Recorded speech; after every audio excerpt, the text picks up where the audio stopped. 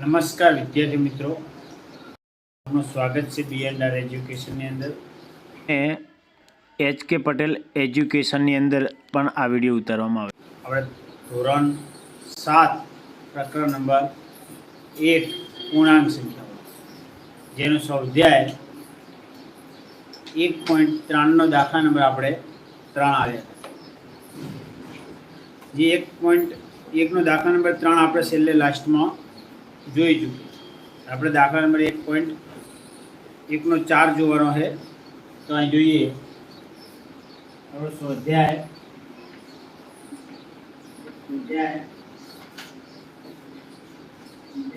1.3 દાખલા નંબર 4 પૂર્ણાંક સંખ્યા AB ની 5 જોડ લખો, જેથી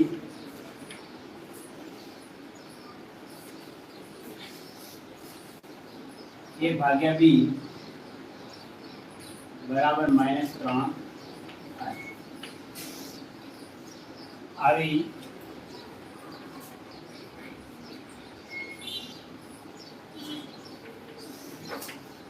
એક જોડ 100 - 2 છે. મેં કીધેલું है कि कारण के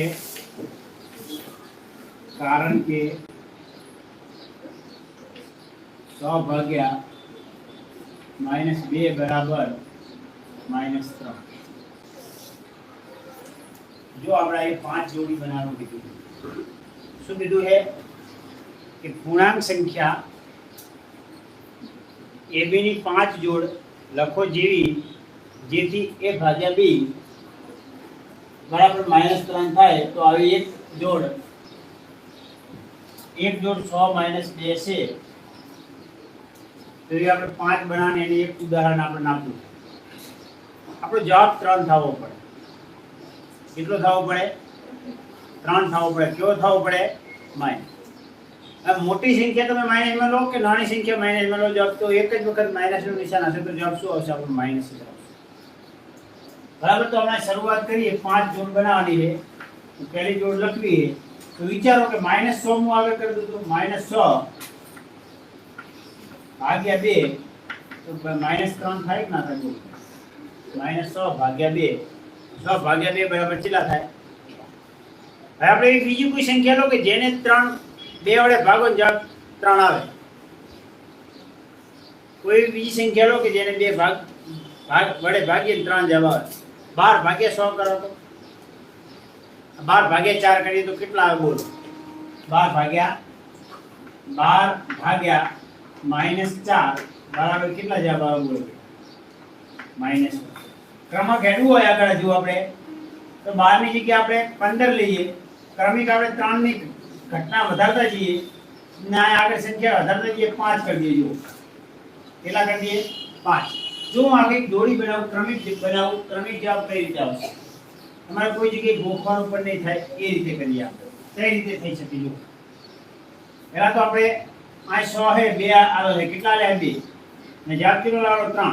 તો 100 ની પાસે સીધા 3 અંદર ઉમેરો તો 9 કરી દો. 9 ભાગ્યા આ 2 હે એની માઈનસ નિશાની જ રાખવાની. એક વધારો 3 કરો તો 9 ભાગ્યા 3 બરાબર કેટલા થાય? 3 જ જવાબ થાય. 3 તરી 9 -3. હવે આ 9 ની જગ્યાએ 3 વધારતા જાઓ.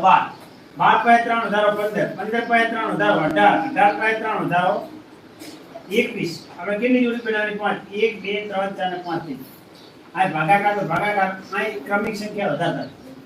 આ 3 હતા તો 4 થાય 4. આ ક્રમિક સંખ્યા વધારો 5 થાય. કેટલા થાય? 5. આ કર દો 100 ના કર દો 7.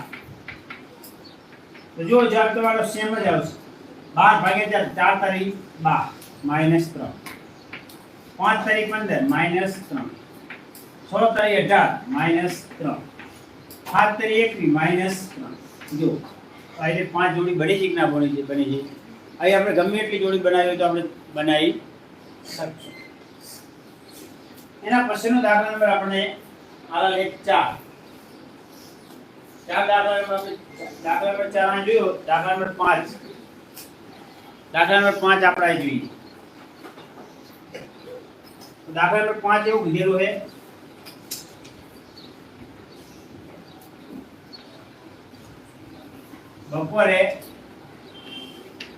બપોરે 12 વાગ્યાનું તાપમાન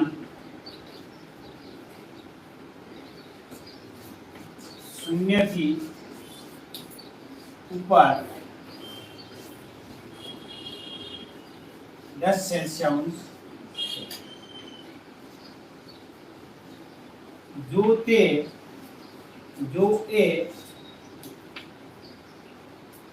2 સેલ્સિયસ પ્રતિ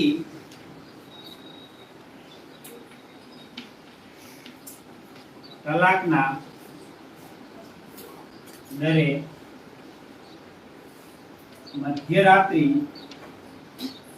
મધ્યરાત્રિ સુધી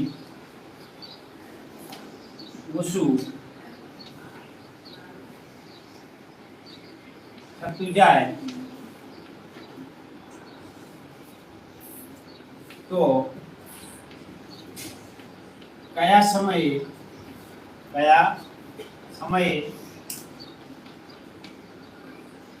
તાપમાન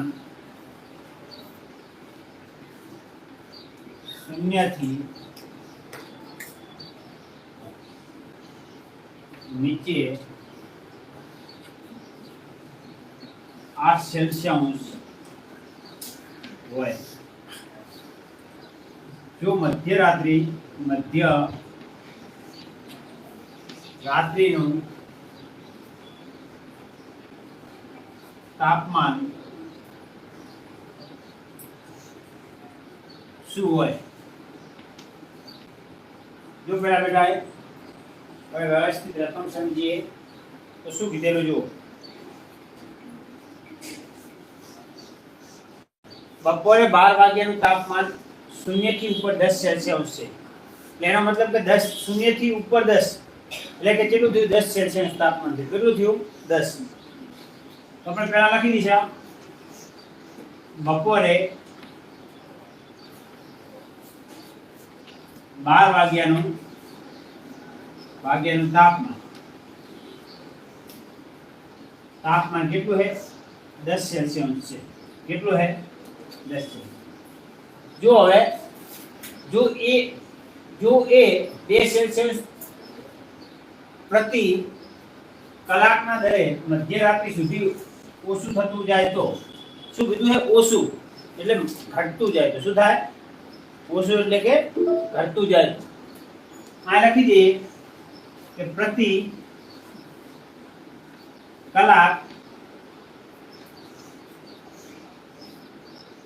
કલાકના દરે -2 સેલ્સિયસ નો ઘટાડો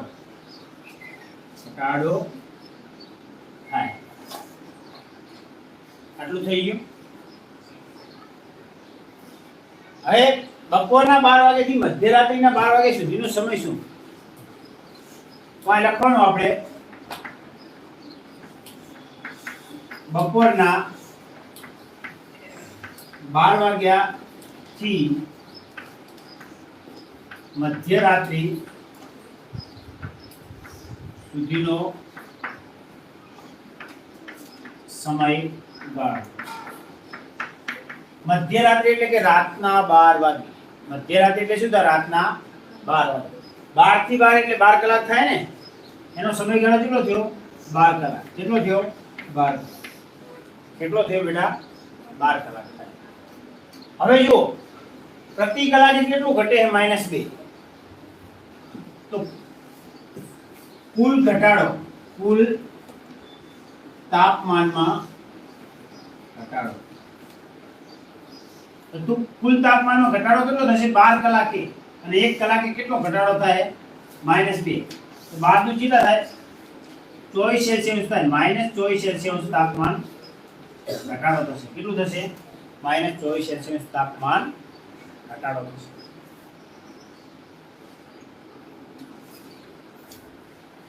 હવે -24 સેલ્સિયસ તાપમાન ઘટાડો થાય એટલે કુલ હતું કેટલું, બપોરે 12 વાગ્યાનું તાપમાન કેટલું હતું 10. તો આપણે મધ્ય રાત્રિનું તાપમાન જો બપોરે 12 વાગ્યાનું તાપમાન 10 સેલ્સિયસ હતું, તો મધ્ય રાત્રિનું તાપમાન આપણે મેળવવું હોય તો બપોરના 12 વાગ્યાનું તાપમાન માઈનસ, બરાબર, બપોરના 12 વાગ્યાનું તાપમાન માઈનસ કુલ તાપમાનમાં ઘટાડો જે છે એ ઘટાડો માઈનસ કેટલા હે 24. કેટલા હે 24. 2 નો ઘટાડો થાય એટલે 24 થાય, તો 24 સેલ્સિયસ. ને કેટલું થાય 24 માંથી 12 જાય એટલે કેટલા થાય બેટા, 24 માંથી 12 જાય એટલે 12. કેવા 12 રહેશે -12 સેલ્સિયસ તાપમાન. મધ્યરાત્રિએ કેટલું તાપમાન હશે -12 સેલ્સિયસ તાપમાન હશે. હવે એમને શું પૂછ્યું છે,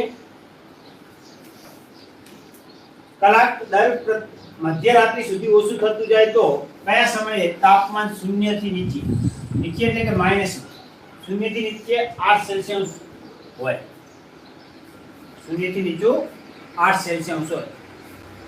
તો આપણે 8 સેલ્સિયસ લાવવા માટે શું સમય જોઈએ જો, હતું કેટલું 10 એટલે 8 સેલ્સિયસ તાપમાને જવાનું. કેટલા જવાનું છે 8. તો 10 - 8 કરો તો આપણે પહેલા શું થશે, આ જુઓ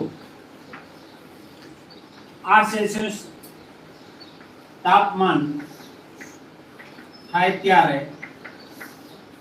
સમય એટલે શું કરશે આપણે 8 પણ કેવું 8 -8 કેવું -8 થાય ત્યારે સમય. હવે શું કરશું આપણે, હતું કેટલું 10 હતું અને કેટલું થાય -8 -8 એટલે આ શું થાય 10 પ્લસ 8 10 ને 8 18 સેલ્સિયસ તાપમાન કેટલા વાગે જાય, 18 સેલ્સિયસ તાપમાન કેટલા વાગે જાય જુઓ, તો કુલ 18 સેલ્સિયસ તાપમાન ઘટવું પડે. તો રાત કેટલા વાગે હતા 12 વાગે કેટલું હતું 10 હતું, 12 વાગે 10 હતું. તો 2 ઘટાડો કલાકે, પ્રતિ કલાકે કેટલું ઘટે છે 2. તો પ્રતિ કલાકના કેટલા છે, પ્રતિ કલાકના 2 સેલ્સિયસ ઘટાડા પ્રમાણે થાય 2 ઘટાડો એટલું થાય પ્રતિ 2. એવું આપણે 18 સેલ્સિયસ તાપમાન ઘટાડવાનું છે.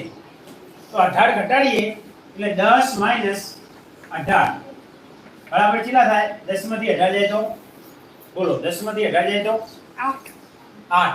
કેટલા થાય 8 થશે. કેટલા થશે 8.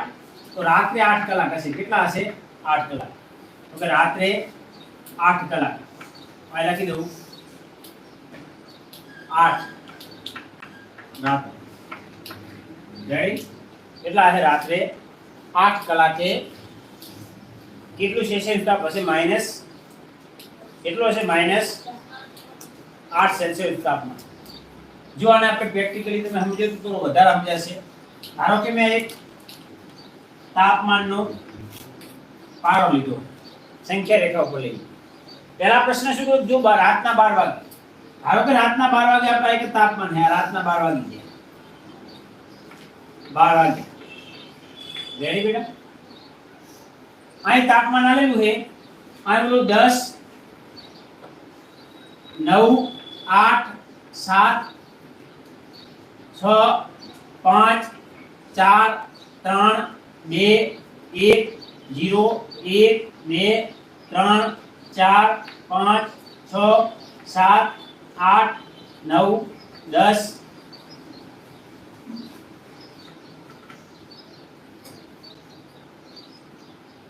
11 12. જો આ ઉપરનો આંકડો હશે બધો પ્લસ હશે. શું હશે? પ્લસ. અહીંથી નીચેનો આંકડો શું હશે? બધો માઇનસ, એટલે આ બધા આંકડા કેવા છે? માઇનસમાં છે.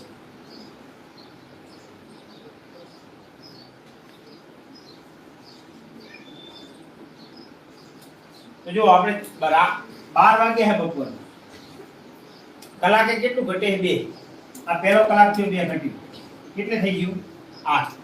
એટલે 1 વાગ્યો કેટલા વાગ્યો? 1 કલાક થયું 1. પાછું 2 ઘટ્યું એટલે કેટલા વાગ્યા? 2. પાછું 2 ઘટ્યું એટલે કેટલા વાગ્યા? 3. પાછું 2 ઘટ્યું એટલે કેટલા વાગ્યા? 4. પાછું 2 ઘટ્યું એટલે કેટલા વાગ્યા? 5. પાછું 2 ઘટ્યું એટલે કેટલા વાગ્યા? 6. પાછું 2 ઘટ્યું એટલે કેટલા વાગ્યા? 2 ઘટ્યું એટલે વાગ્યા 7. પાછું 2 ઘટ્યું એટલે કેટલા વાગ્યા? 8. પાછું 2 ઘટ્યું એટલે કેટલા વાગ્યા? 9. પાછું 2 ઘટ્યું એટલે કેટલા વાગ્યા? 10. પાછું 2 ઘટ્યું એટલે કેટલા વાગ્યા? રાતના 12. કેટલા થઈ ગયા? રાતના 12 થઈ ગયા કમ્પ્લીટ. જુઓ, રાત્રે 12 વાગે -12 સેલ્સિયસ તાપમાન છે, મધ્યરાત્રે. રેડી? હવે શું કીધું? હોય બીજો પ્રશ્ન આપો. પ્રતિ કલાકના 2 નો ઘટાડો થાય, અને આ કીધું કે -8 સેલ્સિયસ તાપમાન થાય ત્યારે સમય કેટલો હશે? -8 સેલ્સિયસ તાપમાન થાય ત્યારે સમય કેટલો હશે? તો જો આપણે આગળ -8 સેલ્સિયસ તાપમાન કરવાનું. કેટલું કરવાનું છે? 8. તો આપણે 1 કલાક 2 3 4 5 આ આપો 0 છે. 1 2 3 4 5 6 7 8 થા આપણે 8 આટલે કેટલા વાગ્યા છે? કેટલા વાગે હાઈકન? 9 વાગે. આપણે 9 વાગે જ આપણે કઈ રીતે આવે હું તમને કહું, થોડું મિસ્ટેક થઈ લાગે આપણે. તો કલાકનું કેટલું ઘટે છે આપણું? કલાકને આપણે 2 સેલ્સિયસ તાપમાન કરીએ અને કુલ કેટલું છે? 18 સેલ્સિયસ તાપમાન. કેટલું છે? આ કેટલું છે? 18 છે. કેટલું છે? 18. તો 18 ભાગ્યા પ્રતિ કલાકે કેટલા ઘટે? 2 ના. તો 2 ઘટાડો કરો એટલે 18 ભાગ્યા 2 એટલે કેટલા થાય? 9 કલાક થાય. શું થાય? 9 કલાક રાત્રે. કેટલા થાય? રાત્રે 9. જો આ રીતે તમે સમજી શકો, પણ આપણે દાખલો ફરજિયાત લખવો પડે એટલે આ રીતે લખવું પડે. પડી સમજે ને બેટા બધે દાખલા? જો આગળ દાખલા નંબર આપણે 6 લઈએ.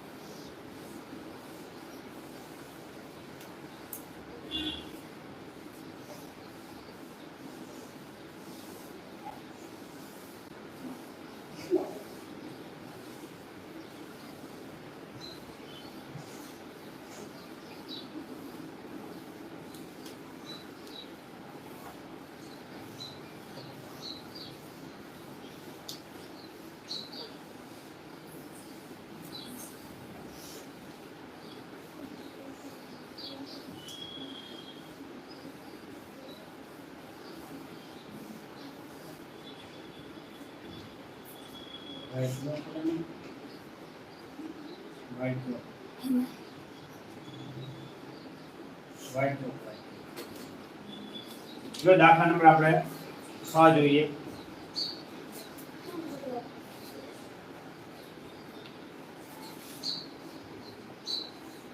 એવું કીધું છે વર્ગ પરીક્ષામાં +3 ગુણ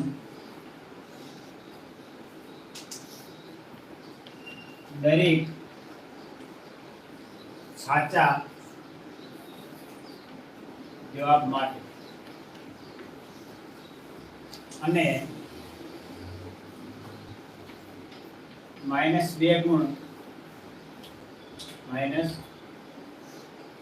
ગુણ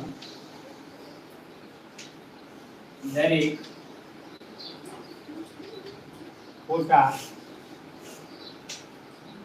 જવાબ માટે આપવામાં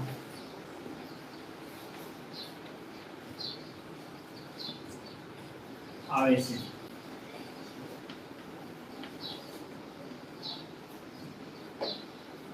અને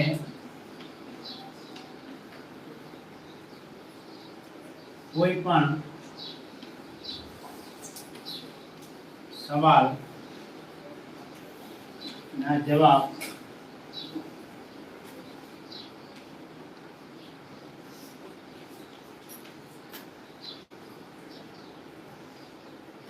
જવાબ માટે જો પ્રયત્ન ન કરવામાં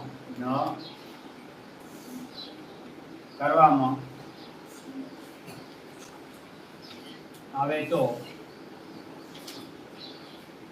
તેનો એક પણ ગુણ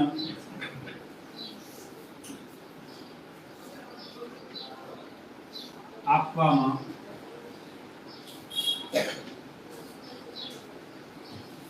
આવતો નથી.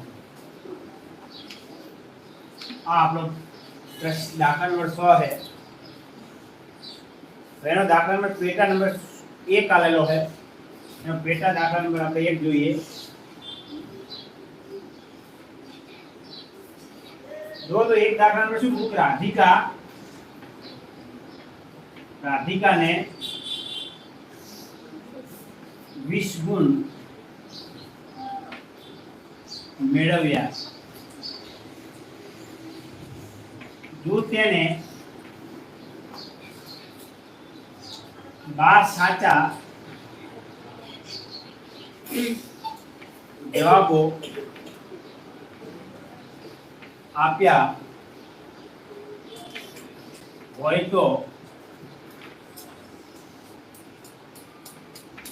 તેના કેટલા જવાબો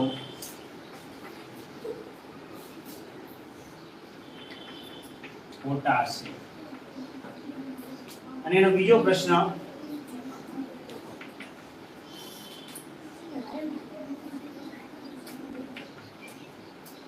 મોહિની એ આ પરીક્ષામાં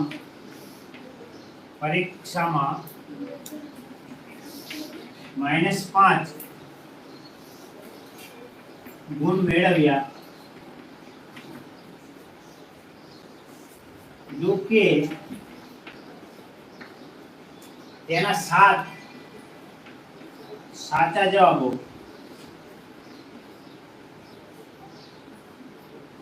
હતા તો તેને કેટલા ખોટા જવાબો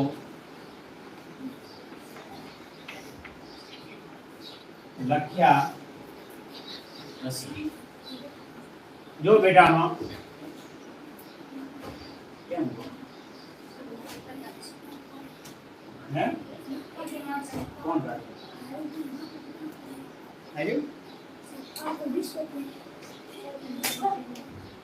બેસી કે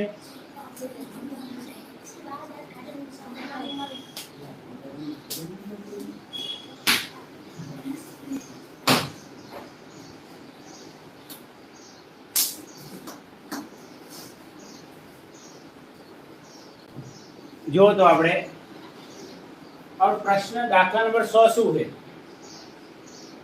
વર્ગ પરીક્ષામાં +3 ગુણ દરેક સાચા જવાબ માટે અને -2 ગુણ દરેક ખોટા જવાબ માટે આપવામાં આવે છે. અને કોઈ પણ સવાલના જવાબ માટે જો પ્રયત્ન ન કરવામાં આવે તો તેનો એક પણ ગુણ આપવામાં આવતો નથી. એટલે કે આપણે પ્રયત્ન ના કરીએ તો એનો એક ગુણ મળે, કપાસીની એક ગુણ આપવામાં આવશે. જો સાચો પ્રશ્ન પડે તો 3 ગુણ મળશે. કેટલા મળશે? 3 ગુણ. અને ખોટો પ્રશ્ન પડશે તો એને -2 ગુણ થશે. એટલે કે હશે એમાંથી 2 ગુણ ઘટી જશે. તો એવું બધું રાધિકાને 20 ગુણ મેળવ્યા. એને મેળવેલા ગુણ કેટલા છે? તો આપણે લખીએ રાધિકાએ મેળવેલ ગુણ. રાધિકાએ મેળવેલ ગુણ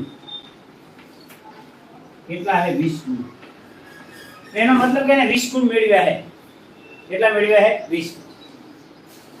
જો તેને 12 સાચા જવાબો આપ્યા હોય તો સાચા જવાબોની સંખ્યા, આપણે સાચા જવાબોની સંખ્યા કેટલી? 12 છે. એના ગુણ મેળવ્યા હોય તો એને લખું કે સાચા જવાબો ના ગુણ. હવે પ્રશ્નો તો ખબર છે કેટલા પ્રશ્ન સાચા છે 12 સાચા અને દરેકના કેટલા ગુણ છે 3 તો 3 12 તરીકે કેટલા થાય તો કે 36 ગુણ છે. એને 12 પ્રશ્નો સાચા આપ્યા છે અને એક પ્રશ્નના જવાબ ના ગુણ 3 છે તો 12 કરી 36 થાય તો એની જવાબો સાચા આપ્યા એના ગુણ તો કુલ 36 હતા અને મળ્યા કેટલા છે 20 ગુણ. એને કોઈ ખોટા પ્રશ્નો આપ્યા કેટલા આપ્યા ખોટા પ્રશ્નો પણ એને પડ્યા હશે કે જેથી એને ગુણ 20 જ મળ્યા. પછી શું કીધું કે જો આપ્યા હોય તો એના કેટલા જવાબો ખોટા હશે. પહેલા તો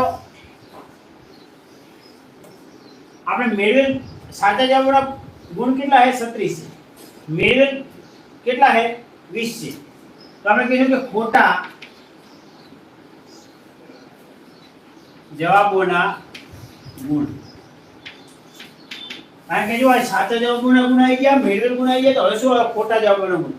ખોટા જવાબોના ગુણ બરાબર સાચા જવાબોના ગુણ મોટી સંખ્યા આગળ લેવાની હોય. એટલે કે મોટી સંખ્યા કઈ આપણે 36 36 માઈનસ નાની સંખ્યા કેટલી છે 20 તો કે 20 તો 36 માંથી 20 જે કેટલા થાય બોલો 4 થાય ને તો 16 ગુણ એના ખોટા મેળવ્યા. આપણે ખોટા ગુણોની સંખ્યા શોધવાની. શું કરવાનું છે હોય તો કેટલા જવાબો ખોટા હોય. આ કેટલા ગુણ ખોટા પ્રશ્નો ના થાય એવું પૂછ્યું નહીં, કેટલા જવાબો ખોટા એટલે પ્રશ્નો પૂછ્યા. હવે આપણે લખશે કે ખોટા જવાબો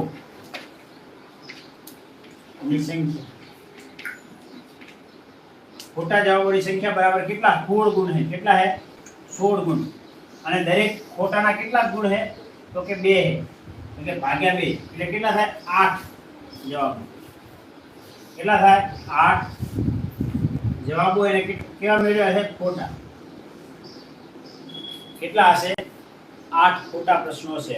કેટલા હશે કઈ રીતે ખબર પડે 8 ખોટા હશે. આપણે જુઓ કે સાચાના ગુણ કેટલા છે 3 ને 3 ને પ્રશ્ન કેટલા હતા 12 તરીકે કેટલા થાય 36 ને 8 ખોટા મળ્યા. 8 દુ કેટલા થાય 16 ને મેળવ્યા કેટલા તો 20. 36 માંથી 20 36 માંથી 20 કાઢો એટલે કેટલા થાય 4 થાય અને 4 ભાગ્યા 2 કરે એટલે કેટલા થઈ ગયા સંખ્યા મળી ગઈ તમને. રેડી? આ રીતે જવાબ આપવાનો લાવવાનો થાય. એના પછીનો પ્રશ્ન મોહિનીએ આ પરીક્ષામાં -5 ગુણ મેળવ્યા. જો કે તેના 7 સાચા જવાબો હતા તો તેને કેટલા ખોટા જવાબો લખ્યા. એને મેળવેલ ગુણ પહેલા લખી દેવાના. તો શું લખશું મોહિનીએ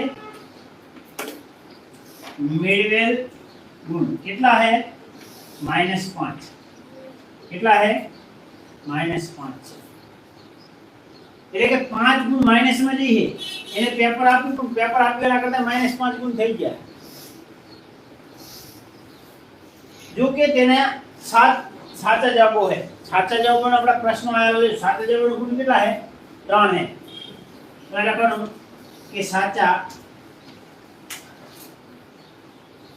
જવાબોના ગુણ.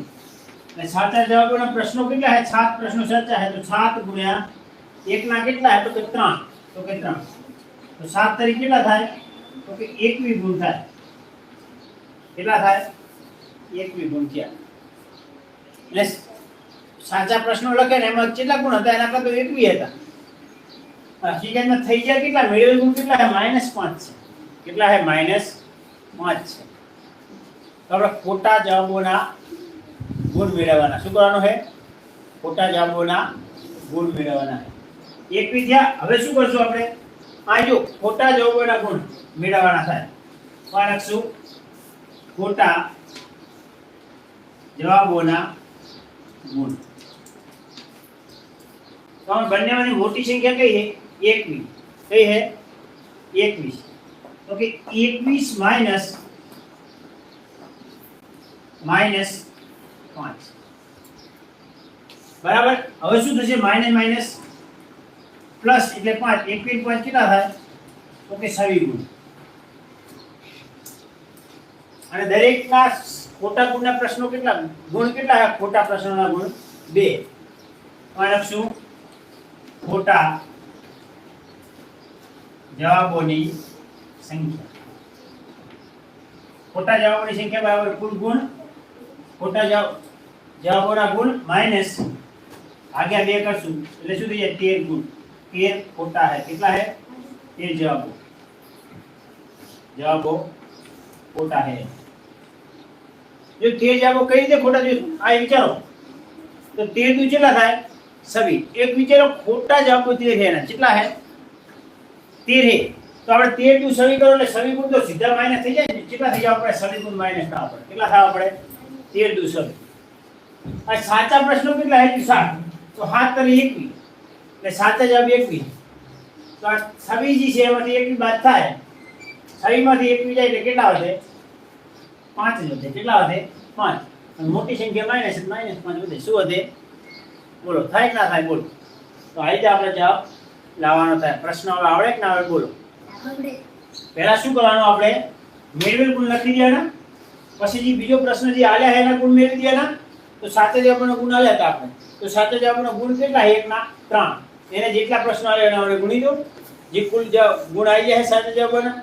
ખોટા જવાબના ગુણ મેળવવા માટે આ બંનેમાંથી જે સંખ્યા મોટી ગઈ છે એને આગળ લેવાની, નાની સંખ્યાને પાછળ મૂકી દેવાની. એટલે 17 માંથી 20 જાય એટલે 16 આયા. તો 16 શું છે? ખોટા જવાબોના ગુણ છે.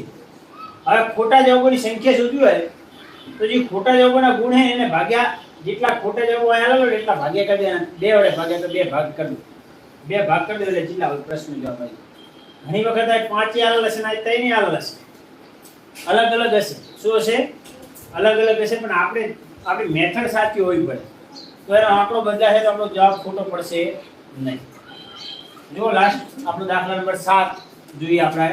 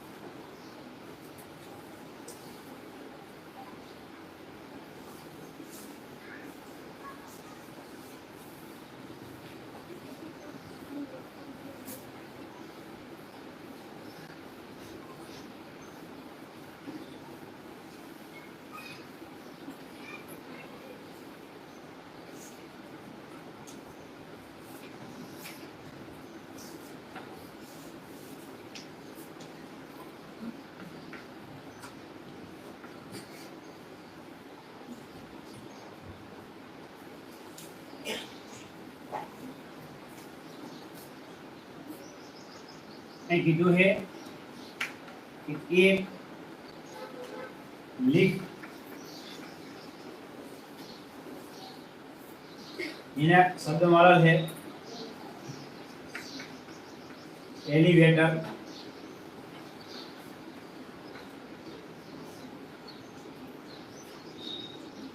100 मीटर प्रति मिनिट ना दरे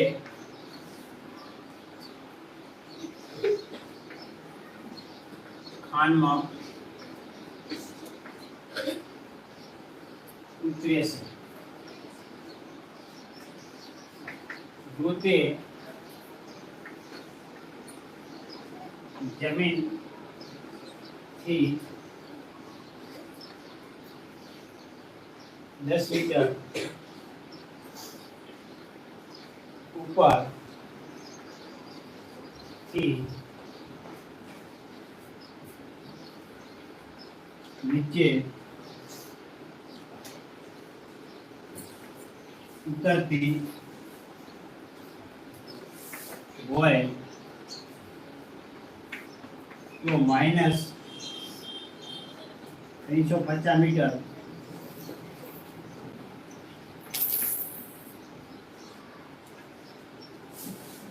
સુધી પહોંચતા એને કેટલો સમય લાગશે?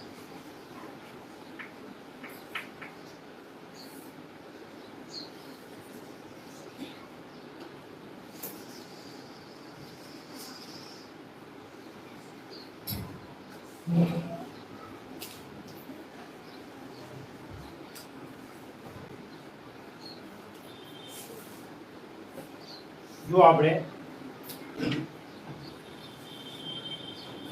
અહીં આપણે એક લિફ્ટ છે, ખાન, આપણે કચ્છ વિસ્તારના લોકોને ખાન એટલે બધાને ખબર પડતી હોય. કોલસાની ખાણ હોય, પથ્થરની ખાણ હોય, એ નીચે આપણે એક જમીન છે અને જમીનના નીચેથી ખાણ ની અંદર શું થાય, આપણી લિફ્ટ ઉતરે. લિફ્ટ અંદર ઉતરતી હોય એના વિશે વાત કરી. તો કીધું કે એક લિફ્ટ 100 મીટર પ્રતિ મિનિટના દરે, એટલે કે એનો મતલબ કે 1 મિનિટમાં 100 મીટર અંતર કાપે, એટલે કે 100 મીટર અંતર અંદર ઉતરે. આ ધારો કે 1 મિનિટમાં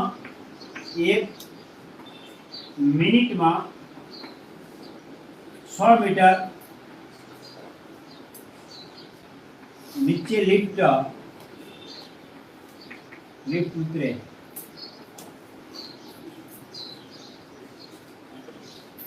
એક મિનિટમાં કેટલી ઉતરે છે? 100 મીટર ઉતરે. જો તેને જમીનથી 10 મીટર ઉપરથી નીચે ઉતરતી હોય તો -350 મીટર સુધી પહોંચતા તેને કેટલો સમય લાગે? આ પણ આપણે સંખ્યા રેખા સમજીએ ખાલી. જો આ સંખ્યા રેખા છે, આ એક સંખ્યા રેખા છે અને જમીનથી 10 મીટર ઉપર, એનો મતલબ કે +10. આ 10 છે, પ્લસ આ કરતા 5, આ કરતા 0, આ -5, આ -10, -20, 15 કરીએ, 20 કરીએ, એમ કરતા તમારે જેટલે જવાનું -350 સુધી અંતર કાપવાનું. 350 અંતર કાપે એટલે કેટલો સમય થાય એ જોવાનું. રેડી? તો તમે શું કરશો? પહેલા તો આપણે કુલ અંતર પહેલા તો આમાં જાણવું પડશે. 10 મીટર થી કરી અને -350 સુધીનું અંતર કેટલું હોય એ પહેલા જાણી લેશો, પછી આપણે બીજી વસ્તુ કરી શકો. તો પહેલા લખી દો કુલ અંતર.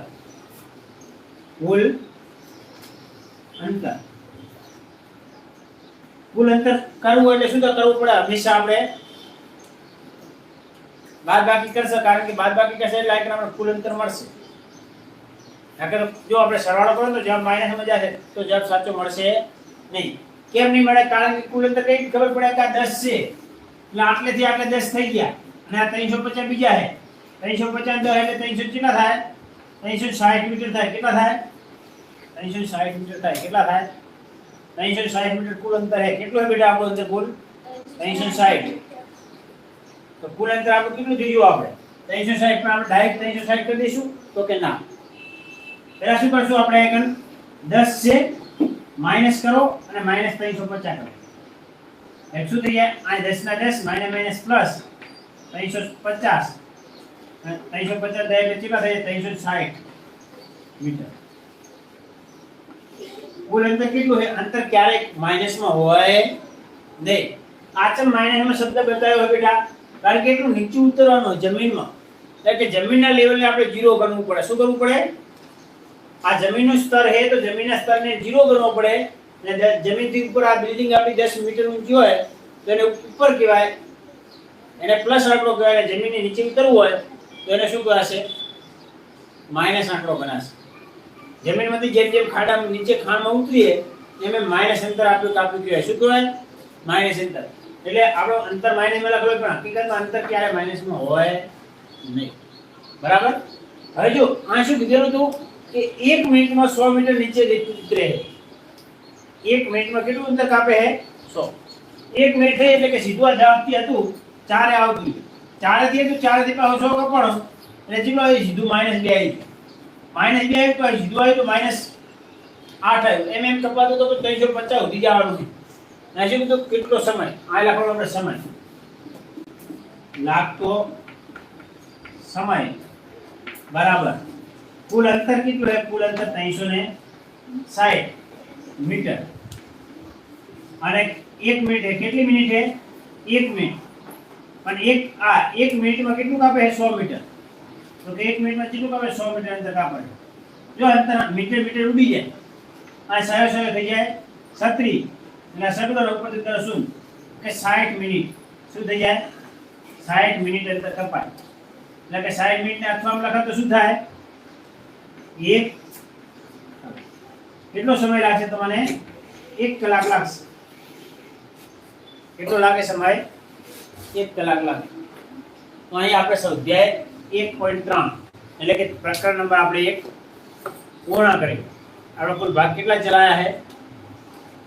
5 ભાગની અંદર આપણે પ્રકરણ 1 પૂર્ણ કર્યો છે. અને દરેક દાખલો આપણે આપણા ભાગોની અંદર ચલાવ્યો છે.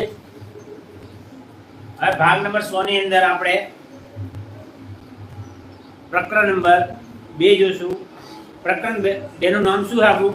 અપૂર્ણાંક અને દશાંશ સંખ્યાઓ. અપૂર્ણાંક અને દશાંશ સંખ્યાઓ એ આપણે નેક્સ્ટ એટલે કે ભાગ નંબર 100 ની અંદર જોશું. જય હિન્દ, આભાર.